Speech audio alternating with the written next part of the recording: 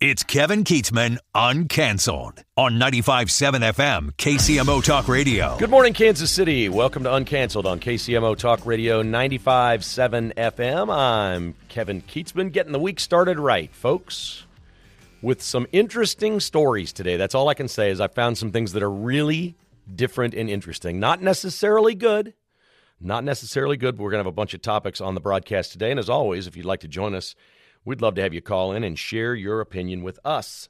Also, a little bit later, we'll check in with Mark Van Sickle as, oh boy, did he and I have a rough weekend with our picks from Friday's show. Sorry about that, folks. Remember, it's just for entertainment purposes. That's right. Don't go gambling your money on our picks. Boy, we were bad. Our picks weren't even close. They were just behind the entire game. Just got torn up, but so it goes.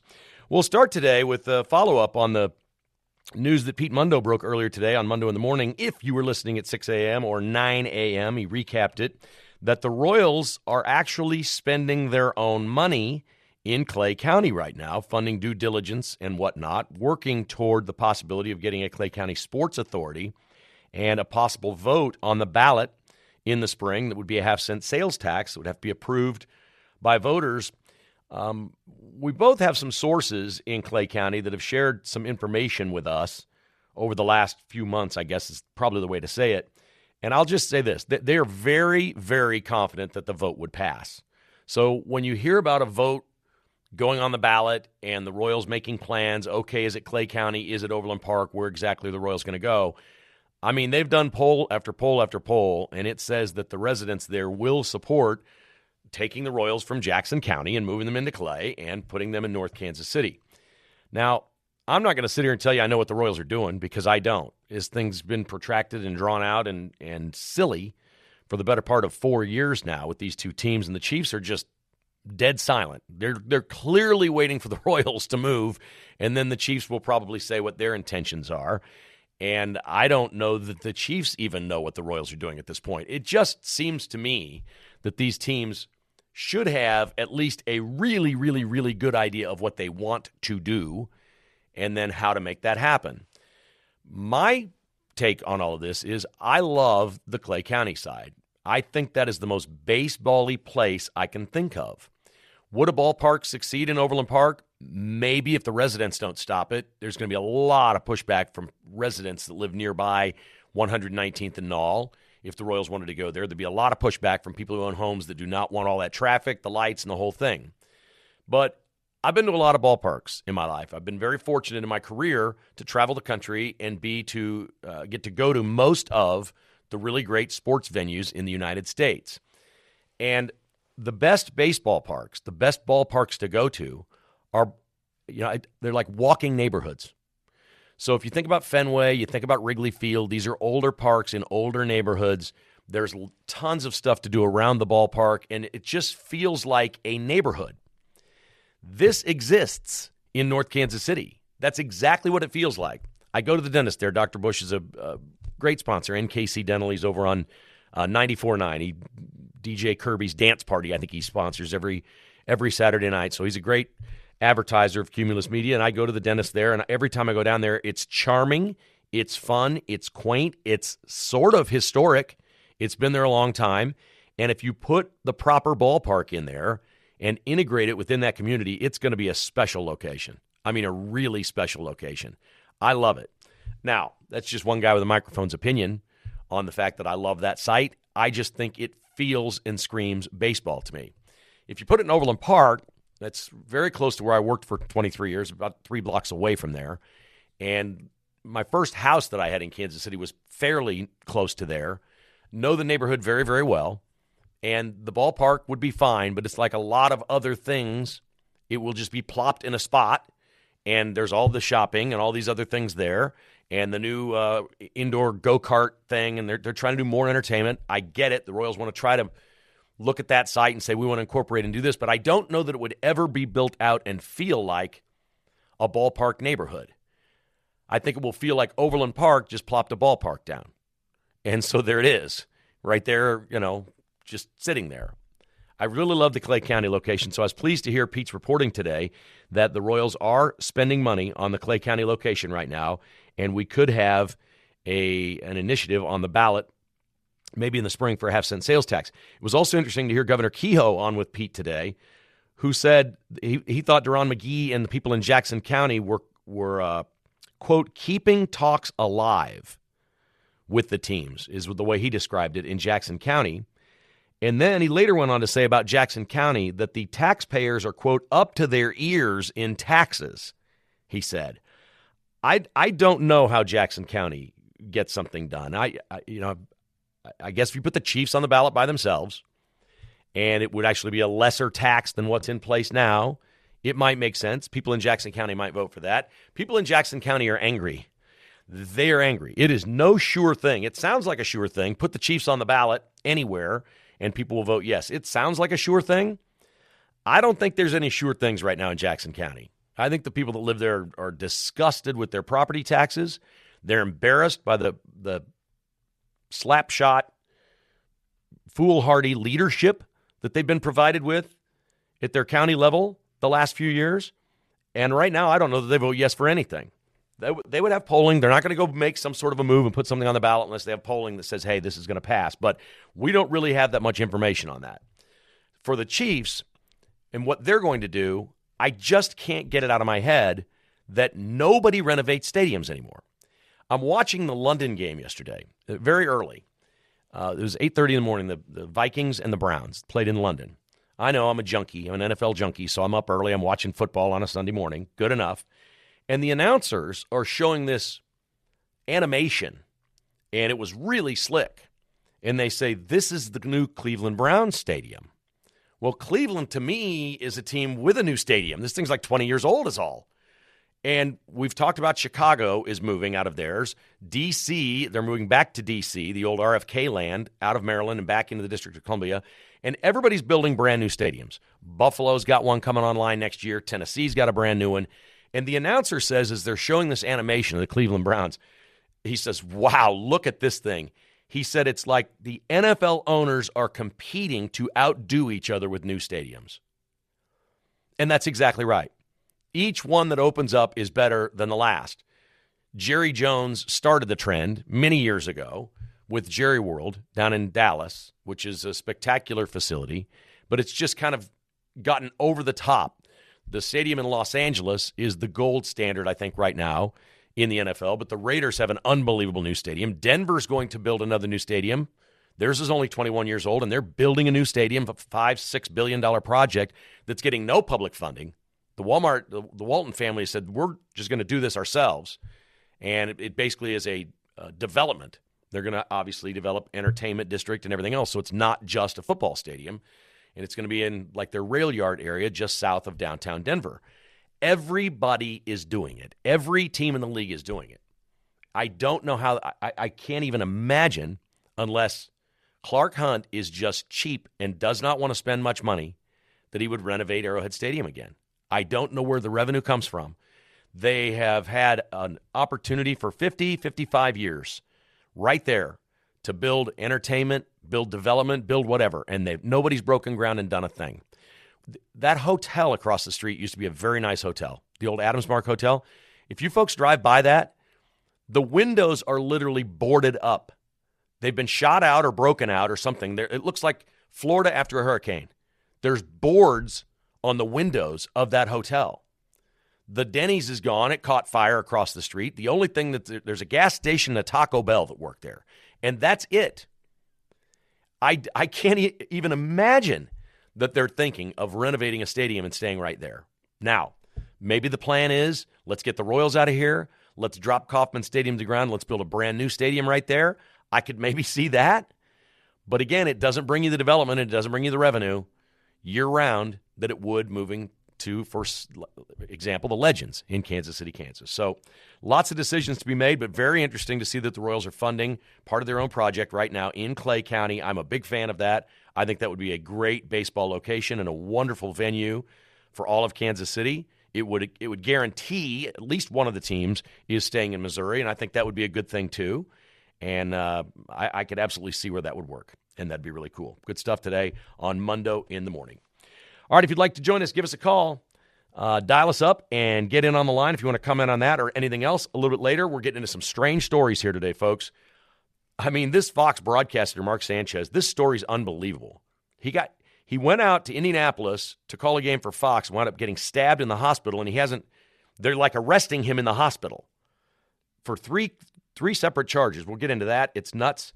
The Pittsburgh Pirates fan that fell 20 feet earlier this summer out of the stands and almost died is in the news again. I'm telling you, we got some odd stuff ahead. So stay with us. This is Uncanceled on KCMO Talk Radio. Hey, thanks for joining us today. We really appreciate you listening every single day to KCMO Talk Radio. If you'd like to join the show, give me a call right now at 913-408-7957. That's 408-7957 if anything's on your mind. And there's a lot going on. Did you guys see this Chris Kobach in Kansas, the THC crackdown, they're calling it? They raided 10 different businesses last week in Kansas where they went into stores that were selling THC products. And if you don't know what that is, the only ones I've seen, I don't think they were selling like gummies or marijuana. The things that I've seen, I was at a football watch party about 3 weeks ago over at a friend's house. It was one of those things where everybody brings their own cooler, whatever you're going to have to drink that night, whatever. And there was a gentleman there. I said, "What the heck is that?" And he said, "Oh, this is a THC drink." I said, "Really? Where'd you get that?" And he said, "Well, just down the street at the." I said, "In Kansas?" "Yeah, bought it in Kansas." And another person chimed in and said, "We have them shipped right to our door." So I guess there's THC in these drinks. There's no alcohol in them. And it gives you like a marijuana buzz, I guess, or high or whatever. I don't drink them. I don't know. This is not my area of expertise. But I had a conversation then with Mike Thompson, who's a state senator from Shawnee in Kansas, and asked him, how are these things legal? He says, "I don't know." This was several weeks ago. He said, "I don't know, but they're going to crack down on it." I said, "Well, who's going to crack down on it?" He said, "I'm not really sure, but I'm pretty sure that Kobach's going to go after these people." So I guess the idea is go pop 10 stores, and these people are going to have fines that they'll pay, and you're supposed to scare other retailers from having them in. I don't even know how this is possible. How do you order those things in and just sell them in Kansas if THC is illegal in the state of Kansas? It's one of the very few places where these things are illegal, but apparently they're going to be cracking down on that. No such crackdown in Portland because Donald Trump has been stopped in court again. We got chaos in Chicago. They're ramming federal agents with their cars in Chicago, and things are escalating. It's been kind of ugly over the weekend. It wasn't real pretty in Chicago. But in Portland, we talked about this Friday, they've been going for about 90 days now at different locations of federal facilities, creating havoc is basically what they're doing. So Trump wants to go in with the National Guard, and the courts have now stopped him. The judge who's done this, that's blocked him from doing it right now, is a judge that he actually appointed when he was President 45. I don't understand how a judge or a court can stop a president from defending a federal facility on American soil. That seems like the easiest legal bar to clear. Okay, let's just pick a building. It's an FBI building, let's say, and they're throwing rocks at it on the outside. You're telling me that these hooligans, Antifa or whatever they are, in Portland, that are throwing crap and burning things and doing, you're telling me that Trump can't go get them and Portland's just going to allow it. That's Portland's game plan is, oh, we hate the federal government too because Trump's in charge. So you're just sponsoring this stuff if you're Portland in the state of Oregon. And you're telling me a judge is stopping Trump from defending federal buildings. That doesn't even compute to me. I can't even, I get the other stuff. Okay, you're going to go into Chicago where the zip code, there's all these murders and it's violent and all that. I get Chicago or the state saying, hey, you really have no authority to come do that in residential neighborhoods or whatever it may be. But defending federal facilities? How can any court stop that? I don't think they'll be able to. Trump was bragging over the weekend that they're going after things right and left, that they're going to take a chaotic world and calm it down with some tough love. And one of the things he did, he said we blew up another Venezuelan drug boat over the weekend. He said, but we're having a hard time finding more of them. They're not really out there on the ocean anymore. We're going to have to go to land next, he said. Now that's interesting. Where do you go to land to get the Venezuelan drug gangs? What exactly does that mean? If they're coming here by land, is he going into Mexico to get them? Are they coming up that way? If they can't get here by boat, are they coming through Mexico and Canada? Are we going to the border? Are we going to go find them in other countries? I don't know what is going to happen. I have felt all along that Trump may seriously go after the drug cartels after the midterms, that it would not be something he'd do beforehand, but after it, when he has 2 years left as president, and just go into Mexico and take them out, similar to what we did with ISIS back in the day, using drone technology and smart weapons and things like that, because the cartels are an absolute and utter nuisance. Trump was standing in front of the aircraft carrier Harry S. Truman when he said he blew up another boat, and we're going to go to land. Then he announced for his 80th birthday next year, which is June 14th, Flag Day, Donald Trump will be 80 next June 14th. They're going to have a UFC fight on the lawn of the White House. They're claiming this is going to be the biggest fight card in the history of UFC, and it will all be America 250 celebration and all the other great stuff going on. That is also when the World Cup is in Kansas City, right? June 14th of next year, and World Cup tickets are on sale. So go get them. If you want to go to the World Cup, go get them. We got that going on. This Mark Sanchez story is really, really, really weird, folks. Mark Sanchez was a quarterback, and he's a broadcaster for Fox Sports. Nothing good happens at 12:30 a.m. on a Saturday morning, so this would have been Friday night.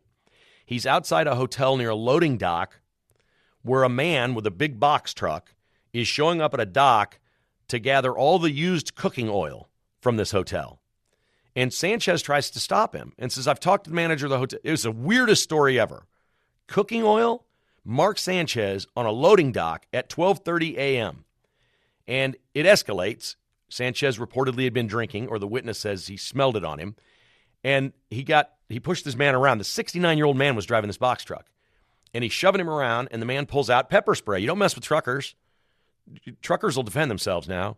So he pepper sprays Sanchez, and then that wasn't enough. Sanchez came after him again and pushed him against a wall, and he pulled out a knife and stabbed him 2 or 3 times, according to the police report. And Sanchez went to the ground. He's not been out of the hospital yet. He was in critical condition at first, and now he's stable. So Sanchez is going to live. This is the weirdest story ever. What in the world was he doing? He's going to be charged with 3 crimes of attacking this guy. Like, Sanchez sounded like the victim when you first heard it, and it doesn't sound like he's a victim at all. It sounded like he was up to no good and went after this guy. It was crazy. It was just absolutely nuts to think that would happen for a Fox Sports broadcaster before a Colts-Raiders game was getting ready to take place. I've never heard a story quite like this one.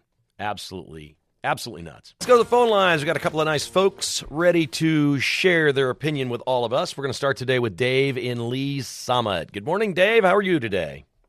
Hey, Kevin. It's good to hear you on the radio again. Thank you. About 17 years ago, I met you and your wife.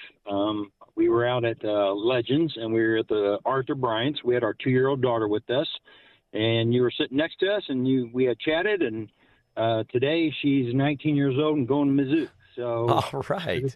It's pretty wonderful that 19 years has passed on us, or 17 years. So that's great. Hey, this is what I'm thinking. I don't want to see the Royals, the Chiefs and Royals move. I would love to see the Royals downtown baseball. I just think that's the best place for them. I know we can make it happen. On the Chiefs side, since Jackson County is a horrible landlord, what they should do is go ahead and sell all that land to the Hunts for $5 and let them do what they do best. Develop that land on their own. They can have it. They can spend their own money. They can build a new stadium. They can build an amphitheater. They can build whatever the hell they want around it. But I think they should give that land to the Chiefs, because we are terrible landlords and we don't want to be landlords. And I was wanting to see what you thought about that, and I will get off the air and listen on the radio, and I appreciate you very much. Okay, thank you, Dave. Appreciate that. That's very kind words, and glad your daughter's doing well at Ole Mizzou. That's really good stuff. The only drawback with that, and I agree with you about Jackson County hasn't been a particularly great landlord. It's just disheveled in Jackson County. We know that. These teams really don't want to own their own stadium. They don't want to pay taxes on it.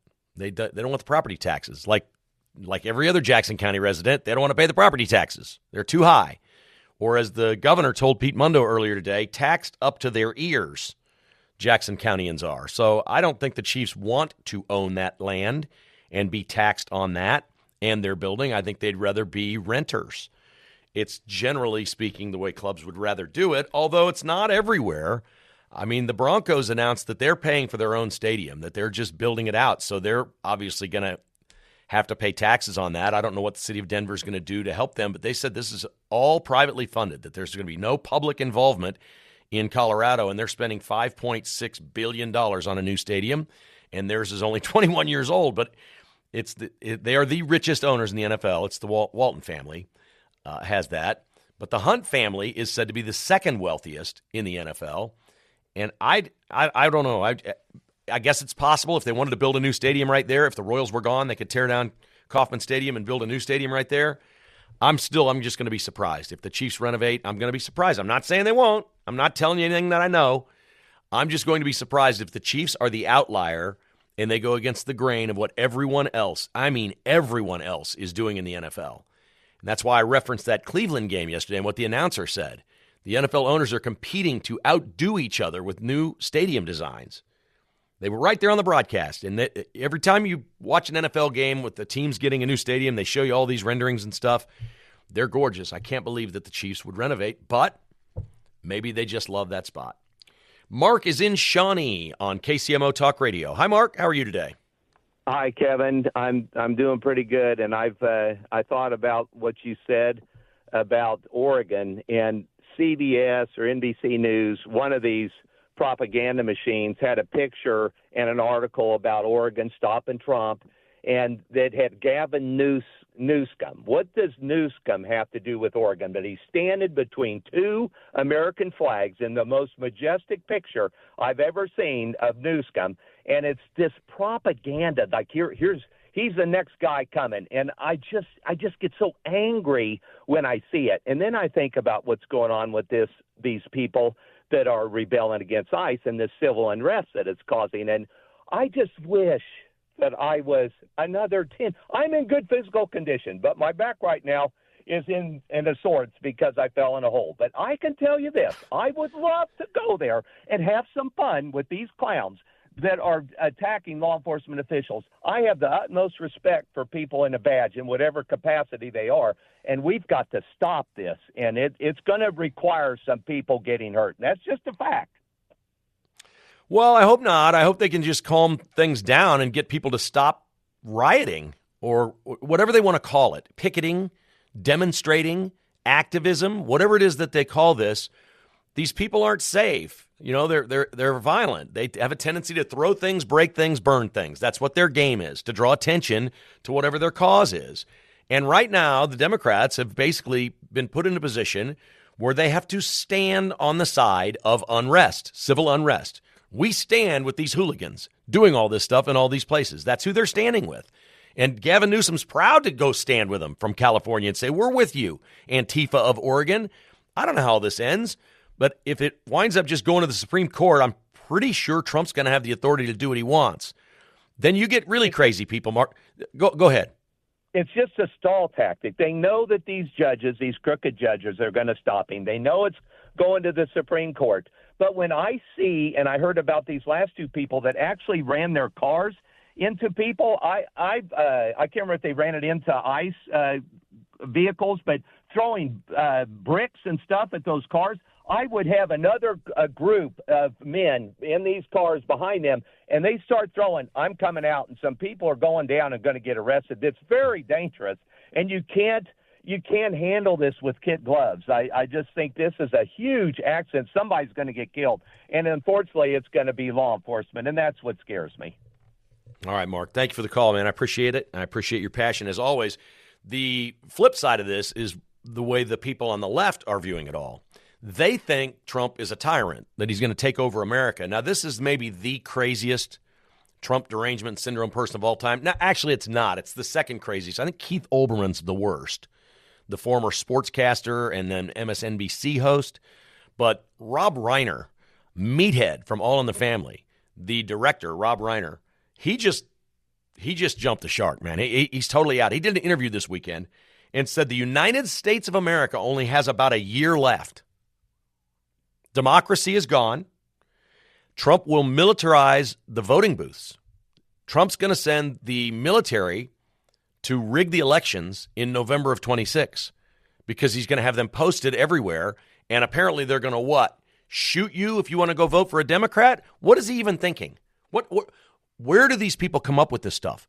Trump's going to militarize the elections, and democracy will be gone. We only have a year left, says Rob Reiner. The end of democracy. They've been saying it. That would be the end of it, yes. Now, there's got to be tens of thousands of polling places across America, if not more. How in the world are you going to find personnel to stand guard and militarize every polling booth? What in the world is Rob Reiner talking about? These people work themselves into such frenzies, over stuff they just shouldn't even be worrying about. Most things you worry about never happen anyway. That's it, but not for Democrats. They're convinced it's coming to an end. The good old U.S. of A. is only going to make it one more year, and then it's all over. We had a pretty good news story today that MSNBC was part of NBC News for the better part of 30 years since its inception. Today is their official day that they're breaking off. They have a new owner of the corporation, and they want NBC News to split from MSNBC. So the new channel is going to be, and I don't think they've branded this yet. It's going to be another month before they do it. It's going to be MS Now is what they're going to call it. MSNOW. MS stands for My Source. They're going to say My Source, News of the World or something, NOW. It's going to be MS Now, and they're going to be completely independent from NBC News. That gives them free rein to be as crazy left as they want and not do damage to the NBC News brand, whatever damage is left to be done to the NBC News brand. We'll see how this all works out. I'm not sure it changes much other than a rebranding, but we'll find out. Today was the official start of that. If you are working NBC News, you're no longer going into MSNBC and vice versa. They're running them as separate operations with basically separate charters and orders of business. A man named Kevin Markwood fell out of the bleachers at a Pittsburgh Pirates game this summer and fell 20 feet onto the ground. And for a while, it looked like he might die. It was bad, and he was in the hospital a long time. Well, he's back in the news, and by the way, it's been proven that he was drinking alcohol that day. So a drunk dude, like 21 years old, falls out of the seats, gets hurt, and then the Pirates brought him back on September 20th to throw out a first pitch. I'm not sure I understand celebrating the fan that fell out of the stands and letting him throw out the first pitch. But that's not why he's in the news now. No, Kevin Markwood is in the news again because he was arrested this weekend. His ex-girlfriend called authorities when Kevin Markwood was prowling and loitering around her house, and she felt threatened, and he was on her property when she called the police. These are misdemeanors, but he did get arrested for prowling and loitering. Kevin Markwood has had one interesting 2025. I guess we'll wish him well, but I don't know what's going to happen with that young man. It doesn't look like it's going very well for him in his life. He's falling out of stands. His girlfriend clearly dumped him, and now he's getting arrested for prowling around her house. That is just flat out creepy. Okay, when we continue on Uncanceled, Mark Van Sickle will join us. We got a lot to talk about with Mark, including the best thing I saw this weekend had to do with Pete Hegseth. But it wasn't a news event. It was at a sporting event. I'll explain that next on KCMO Talk Radio. The Vince Show is coming your way in just a matter of moments. Mark Van Sickle, what was the best thing you saw this weekend? Anything good? I enjoyed KU's win over UCF. I know you probably don't like to hear that, but I did. Well, we talked about on Friday the over 54.5 points. That game had 47 points in it with 3.5 minutes to go in the third quarter, and nobody scored the last 18.5 minutes of the game. Unbelievable. Crazy. It was. No, KU looked good. That's a good win. Very good win. Keeping their season alive. Kansas State did not win. Missouri was off this weekend. I saw a clip on X of Pete Hegseth, the Secretary of War, in the Navy locker room after Navy beat Air Force 34-31. It was one of the best things I've ever seen. If you're not familiar with Navy, Air Force, and Army, they kind of play a round robin every year for what's called the Commander-in-Chief Trophy. So Navy's got a leg up on this because they beat Air Force. They'll play Army down the road. That's usually the last week of the season. But Hegseth went into the Navy locker room after it was over, and they all took a knee, and it was one of the most incredible things you've ever seen. It would just flat out give you goosebumps talking about leadership and success and the way they battled and fought hard on the playing field and how they'll do that the rest of their lives. Pete Hegseth is turning into an absolute star with some of the speeches and things that he's giving.